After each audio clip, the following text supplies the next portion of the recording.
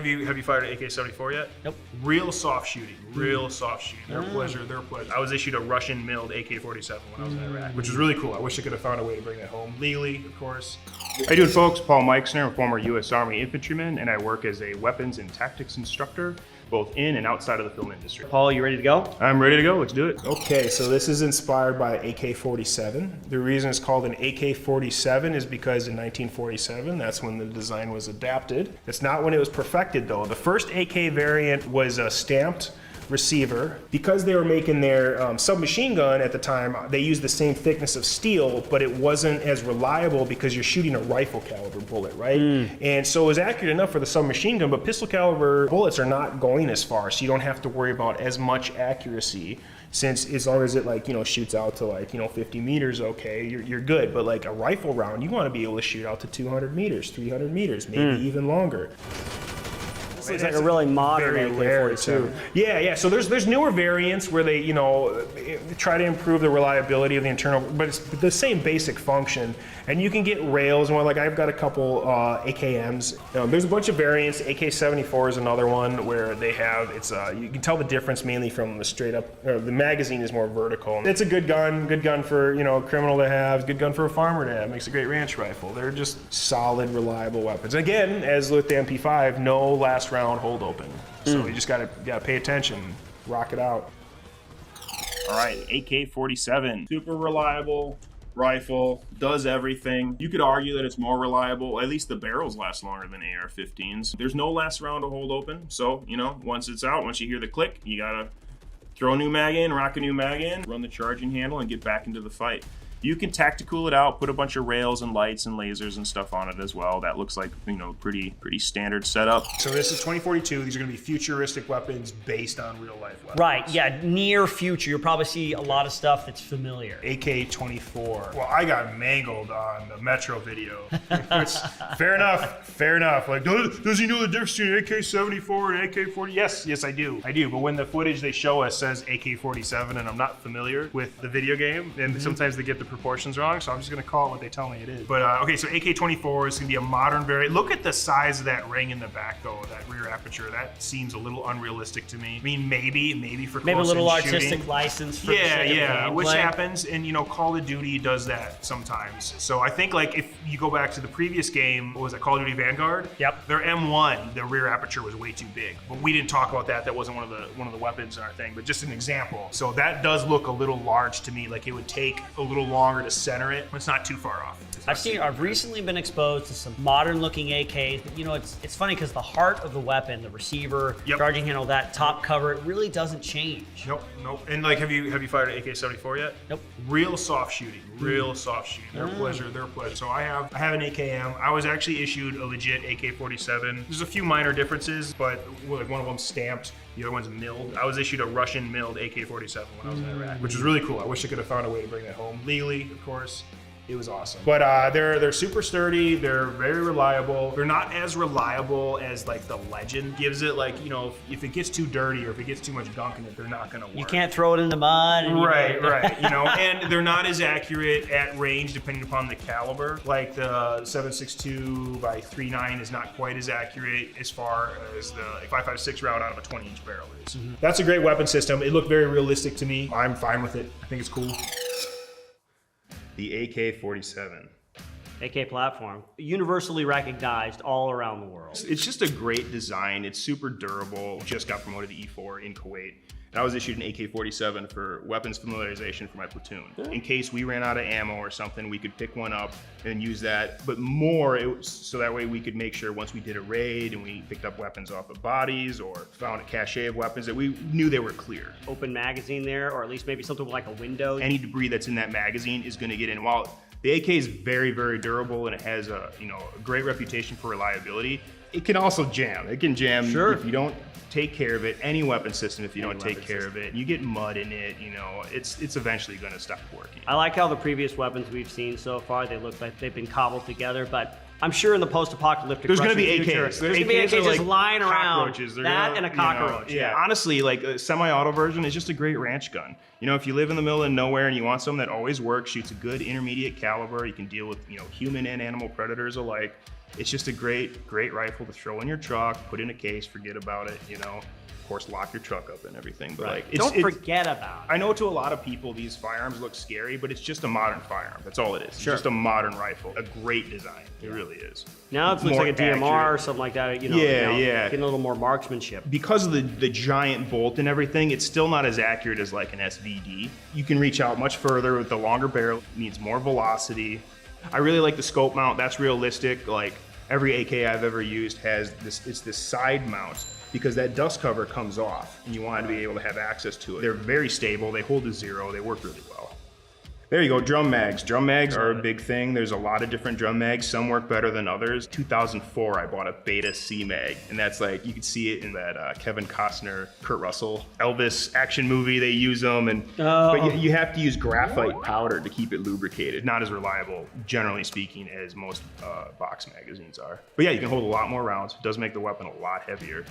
I like that they have the cleaning tube, the cleaning rod, clear instructions in the barrel with it. A lot of AKs come with those on it. Oh, nice. The only thing I'm not a fan of with this is it doesn't have a last round bolt hold open. You know, when we're shooting our M4s, the last round, generally speaking, the bolt locks to the rear. You know right away. You can do your mag change. With these, you gotta. Most people go to a click and you're like, oh, I gotta change the magazine out. Okay. So here we go. We're shooting an AK-47 without a dust cover on it, and this is totally possible. I've done it. I've shot a full auto AK. Oh yeah, it looks like it's without a dust cover. This is totally doable, and if you saw one and you needed to use it, you could.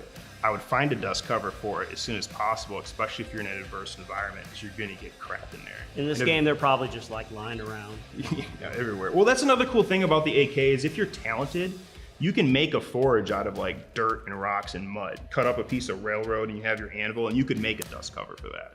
Whoa! Yeah, this is hilarious. That's so cute. I like this. He has kind eyes. Yeah, he does have. You know, he's just like, hey man, do you got any food? He was trying to ask him if he needs directions. Do you need directions? Hey, Someone, can I help you? Oh God, no! Oh my god. Ah, the AK. Looking compact, baby. Looking real tight. I was like, what year was this? I'm trying to remember. Was it 74 or 79? And I'm like, oh, duh, 74. Yeah, so in 1974, they were working on this thing. So I love my country. Sometimes I do not appreciate my government. Sometimes they do kind of annoying stuff. And so they stated that everybody should carry a 7.62 NATO battle rifle. And instead of adopting like the SETME or the G3, which is a great platform, or the FAL, which some people say is even better, I don't know about that, but it's a great platform. They adopted the M14, which was a kind of modernized version of the M1 Garand, but they kind of screwed up when they said, let's make it full auto. The buttstock, you know, comes down here, and when you're holding onto it like a traditional buttstock, it creates a fulcrum. But when we were in Vietnam, we were like, man, this thing's heavy, and maybe it's not the most effective for what we're doing, and so that's when the M16 got adapted. A lighter, high-velocity round, 7.62 NATO, all right? 5.56. This is what we switched to.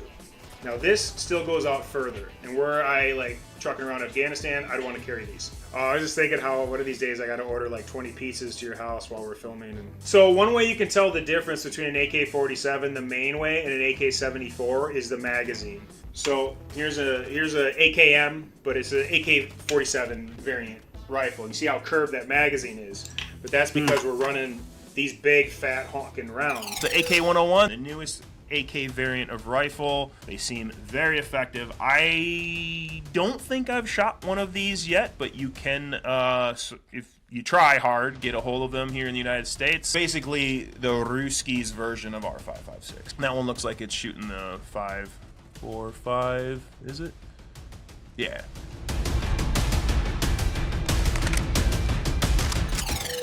All right, so the Shaska 33. Looks like an AK style weapon. Yep, yeah, definitely that style. It doesn't look exactly like an AK-47, and what's funny is, or you know, AKM or AK variant. But it's definitely an AK-inspired firearm. The magazine, the curvature of that, I'm not going to be too clear, but it doesn't. Yeah, it looks like a lot of weapons that we've seen before. It's funny. It's interesting that they try to give them different names, maybe for copyright purposes.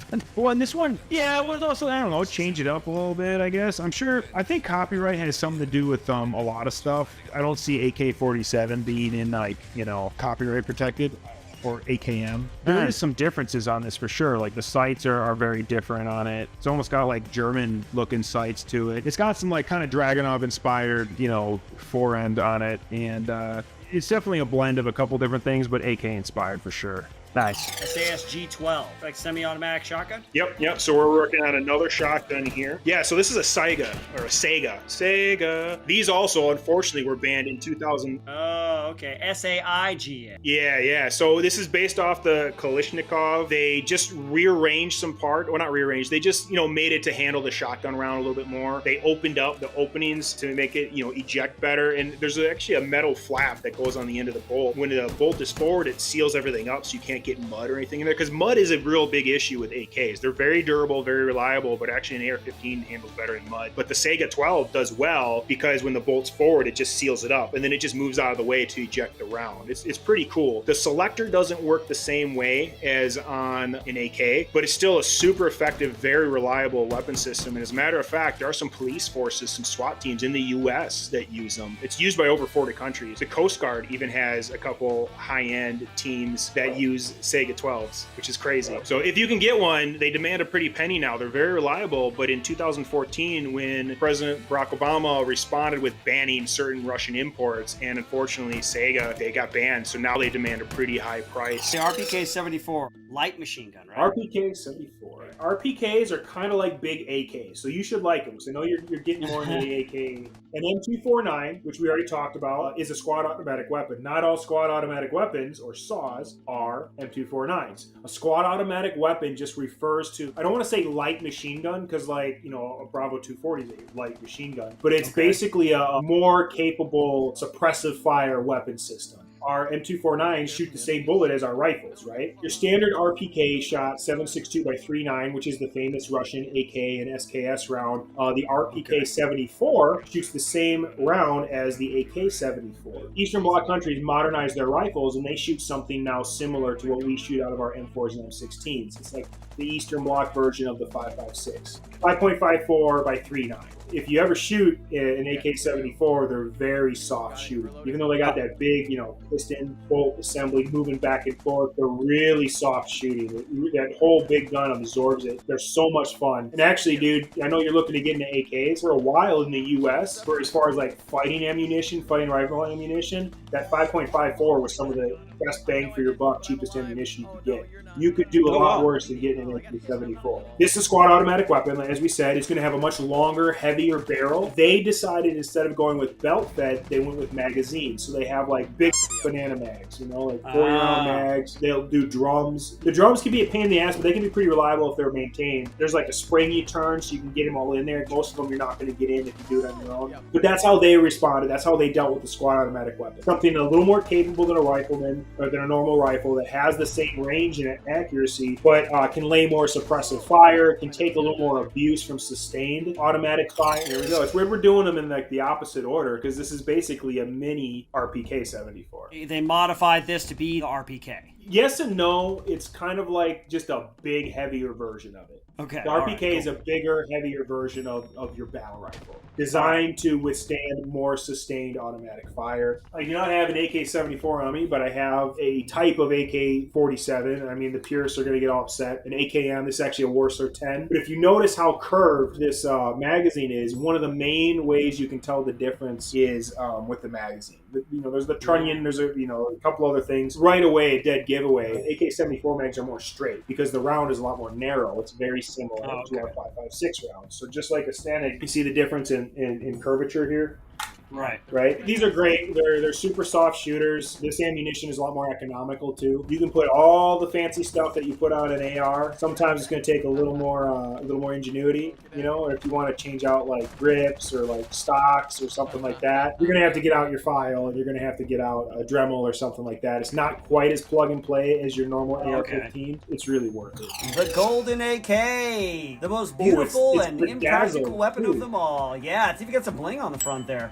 So this is one of my favorite butt stocks. I like the folders that fold underneath. I like those. What I don't like about this is bedazzled. How like freaking the history behind golden AKs, right? No, there's a history behind golden AKs? Oh yeah, man. So it's like cartels with drug cartels, but then also like Saddam Hussein. You could do like Cerakoting and just different weapons coating to like mimic it, but then there are people that legitimately get real gold plating on their AKs. Oh my gosh. So expensive, so impractical. But also, if you see that on the street, just leave that alone. Just leave it alone. Just don't. I'm telling you, yeah, you don't want that thing in your collection. Because obviously some drug lord's going to come after you. But I mean, AK is a good gun. We've talked about the AK ad nauseum. From what I understand, this was a special edition for this game. Right. That I don't know if it's a reward or whatever. I mean, I try to talk positive. I don't like it. I don't like it. I don't like the weird rhinestones. I don't like the weird white bumps. If it was a gold AK, that'd be dope. Or if they somehow put the jewels on it to look a little cooler. If they had like some like Day of the Dead skulls or something on it, I don't know. That'd be cool. Yeah. But like that just kind of seemed a little weird to me. Forgive me. In a game like Payday, where we are kind of glamorizing like being a bank robber and stuff, that's got to be like the pinnacle of the walking in. Look, the purple gloves made me think that the Joker, was coming. Yeah, I get it. I think you I'm know. just being nitpicky on how they did it in the game. I think a gold AK is cool, you know what I mean? But I don't know. The way they bedazzled it, it just made it look, I don't know. When you're at that level of criminality, it's all about personal taste, baby.